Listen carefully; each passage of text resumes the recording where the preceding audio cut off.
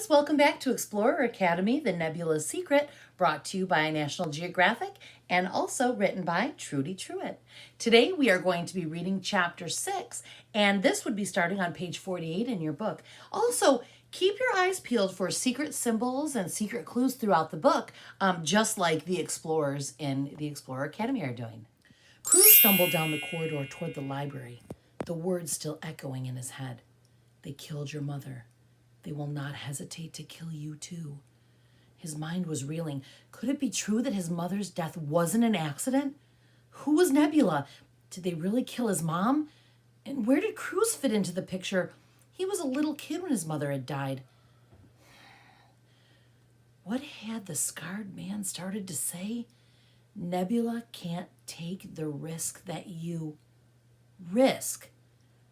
What could a 12-year-old possibly do that would be a threat to anybody? It made no sense. Cruz tried to calm himself as he made his way through the stacks in the library. Should he tell someone? Probably. But who? His aunt was the one person he knew he could trust, but if he told her, she'd tell his dad. The two of them would ship him home in a heartbeat. Threat or no threat, Cruz had no intention of leaving the academy. Lonnie. She would help him sort through things. Right now, however, Cruz needed to find Dugan and get to the cave. Cruz spotted his classmate standing in the empty classroom. Dugan's hands were stuffed in his pockets, and he was scuffing his toe on the carpet in frustration. He looked to Cruz like the kid on the playground who nobody would invite to play. "Dugan, come on!" Cruz tried not to shout. The moment Dugan saw Cruz, the sneer returned. "We're supposed to go to the cave," called Cruz. "Everyone else is already there." "The cave? Well, duh, I knew that. I was just doubling back to make sure that they weren't trying to trick us."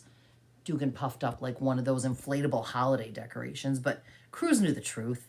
Dugan Marsh wasn't nearly as self-assured as he pretended to be. Sure. Cruz rolled his eyes unseen. Even if Dugan didn't appreciate it, Cruz was glad he'd come back for him. Nearing the nook in the hallway where he'd been grabbed, Cruz took a quick look out of the corner of his eye. The nook was empty. There was no sign of the scarred man. Cruz and Dugan rushed down the steps and into the basement. Down a corridor, they came upon two black doors with a sign above them. Computer Animated Virtual Experience. Cruz waved his open sesame band in front of the security camera. Several weighty bolts unlatched and the doors parted. The pair stepped into an empty room that was at least the size of a football field, maybe larger. It was difficult to gauge the dimensions because the walls, floor, and even the ceiling were black. Their classmates were sitting on stools roughly 10 yards ahead. An older woman with white spiked hair stood before them.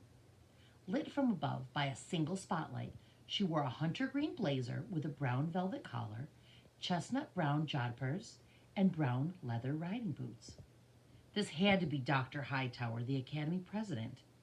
She caught sight of Cruz and Dugan and motioned them to join the group. "It appears we have some latecomers." Her tone indicated she was not pleased with their tardiness. Cruz scrambled onto the stool Emmett had saved for him. Dugan took the spot next to Cruz. Turning on his tablet to take notes, Cruz kept his head low. Slowly lifting his eyes, he saw a line of adults standing in the shadows behind Dr. Hightower. Aunt Marisol was on the far end in a sapphire blue blazer. A long white scarf looped several times around her neck. She had her arms folded tightly across her chest and was frowning in his direction. Uh-oh.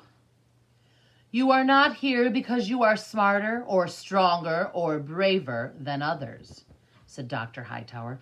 "You are not here because you have more perseverance, ambition, or potential." Her gaze locked onto Cruz. "You are not here to prove yourself." A tremor went through him. "You are here because the world needs you as much as you need it." The academy president began to slowly pace. The spotlight traveled with her. "As you go through your training, it may seem like your instructors are asking a great deal from you, perhaps more than you expect to give. We must. The future of this planet is in your hands, and you must do better with it than those who have gone before. It is our job to guide you, to help you seek truth, and to realize your potential. Each class is assigned a set of instructors. She held out an arm toward the adult standing behind her. This is yours. They will remain with you throughout your entire education at the academy. You are privileged to have one of the best faculty ever assembled. You will not meet a more accomplished or dedicated group of experts in his or her respective fields. Allow me to introduce them. This is Dr. Kalpak Modi, Geography and Astronomy. Dr. Conrad Ishikawa, Biology and Oceanography. As each professor stepped forward, he or she was illuminated by a separate spotlight. Dr. Brent Gabriel, Conservation and Scientific Innovations. Dr. Kira Benedict, Art and Journalism. Dr. Roman Legrand, Fitness and Survival Training. And Dr. Marisol Coronado, Anthropology, Paleontology, and Cryptology. Explorers, this is your faculty. And faculty, these are your explorers. Teachers and students applauded one another. When Cruz caught Aunt Marisol's eye, the corners of her mouth turned up. Whew, he was forgiven. When everyone quieted down, Dr. Hightower looked up into the infinite darkness. So why did we bring you to the cave this morning? Were they supposed to venture a guess? Cruz had no idea what they were doing here. He didn't want to put his hand up and be wrong, so he kept his head low. At the sound of what sounded like a cow mooing, Cruz's head spun around toward the obvious culprit, Dugan. He was about to shush him when he heard another short, and this one, he knew, did not come from his classmates. Cruz glanced right. Emmett? He heard an odd rumbling noise like distant thunder. Looking ahead, Cruz's jaw dropped. Were those animals? And were they? They were. A herd of wildebeest were galloping straight for them. Cruz's chair began to shake and his teeth rattled. The noise was deafening. Dust clouding his vision, Cruz started to dive for cover. Emmett caught his arm. It's not real, he called above the roar of the hooves. Cruz coughed. But the dirt! It's piped in. He pointed to the floor. Look! Wiping his eyes, Cruz saw that Emmett was right. Brown smoke was being blown in from the vents underneath them. Once he stood his ground, Cruz realized the roar was coming from speakers above and that the stampede was a three-dimensional video being projected in front of them. When the scene faded and the dust settled, only Cruz, Emmett, Zane, and Sailor were still perched on their chairs. The rest of the explorers were clinging to each other, cowering under their stools or glued to the exit doors. Next to Cruz, Dugan was flat on his stomach, clutching the legs of his chair for dear life. The cave! It's the next best thing to be in there, Emmett sounded like a commercial. No kidding, said Cruz, his heart still beating to burst through his chest. As everyone scrambled back to their seats, Cruz noticed Dr. Hightower trying to hide a grin. He wondered how many classes before theirs had fallen for the same ploy. So Jovan told you orientation was easy, did he? Cruz teased Renshaw when he shuffled past. Crenshaw was one of those who made a dash for the exit. Renshaw rubbed his sleeve across his mouth. Brothers. You are sitting inside a technological masterpiece, a true wonder of science, Dr. Hightower's voice echoed through the massive chamber. You may have heard about the computer-animated virtual experience. After all, it's almost impossible to keep something like this a secret. However, while many people may know of this simulator's existence, very few know its mysteries, and we intend to keep it that way. The information I am about to share regarding how the cave operates is not to be revealed to anyone beyond these walls. Not your friends back home, and not your family. Cruz and Emmett exchanged eager grins. The cave is a feast for the senses, continued the Academy president. It combines holographic imagery, thermal radiation sensory technology, three-dimension printing, and climate controls. A holographic cherry tree in bloom appeared beside her. Much of what you see and hear will be programmed, computerized images, but touch some of those images, She reached for a pink blossom. And the heat from your body will react with the image to produce a sensation. In other words, you can feel something that does not exist. The explorers gasped. Other objects you'll encounter will be solid, she went on to explain.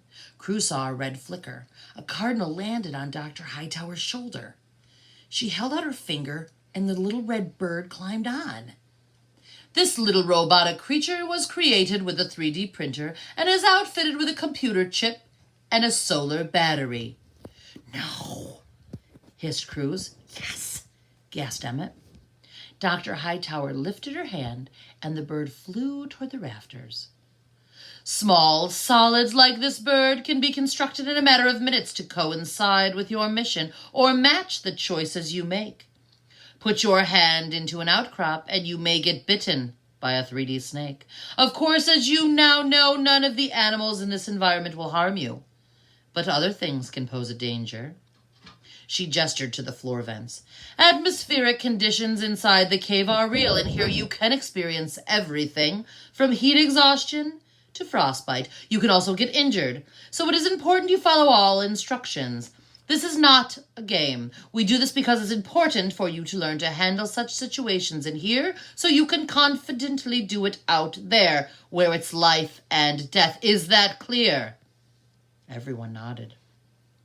Soon you will board Orion, the flagship of the Academy's fleet, said Dr. Hightower. As you circumnavigate the globe and weigh anchor at various ports, you will assist with research, exploration, conservation, sustainability efforts, and other projects.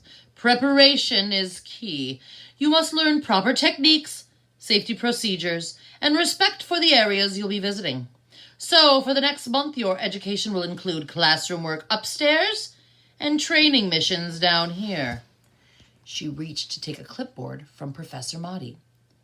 We'll be dividing you into 4 teams of 6 for your trainings. Team Magellan, Team Cousteau, Team Galileo, Team Earhart. Once you have your teams, your teachers will rotate, assigning your training missions to complement your coursework. Here we go. Team Magellan will be made up of these 6 explorers: Ali Solomon, Ekaterina Parjin, Zane Patrick, Matteo Montefiore, Julia Navarro, and Tao Sun.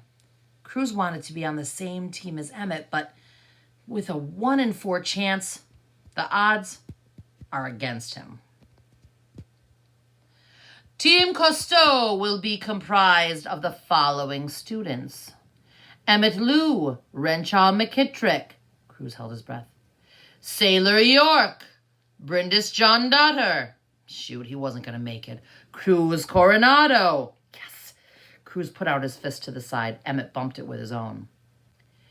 Getting on the same team as your roommate, spit Dugan out of the side of his mouth. Gee, I wonder how that happened. And Dugan Marsh, said Dr. Hightower. In an instant, Emmett's round glasses went from buttercup yellow to battleship gray, causing Cruz to stifle a chuckle. Maybe wearing your emotions on your face wasn't such a brilliant idea after all. Cruz understood how Emmett felt. Dugan had made it perfectly clear he didn't think Cruz belonged here. As a teammate, Dugan wasn't likely to cut him any slack. Cruz would have to stay on his toes. The moment Dr. Hightower finished announcing the teams, all the lights in the caves went out. A hush fell over the room. They were in complete darkness, unable to see even an inch in front of their eyes. Cruz clutched his stool so he wouldn't fall. Was it a power outage? Explorers, you are here because you've earned the privilege, Dr. Hightower's voice floated to them. You are top scholars, creative thinkers, and talented individuals. On paper, there can be no debate. You are extraordinary, but... She left the word hanging. A message began to appear several feet above the stage, the glowing white words hovering in the air like a banner in the breeze. With all, cooperation for all, respect above all, honor. What is your character?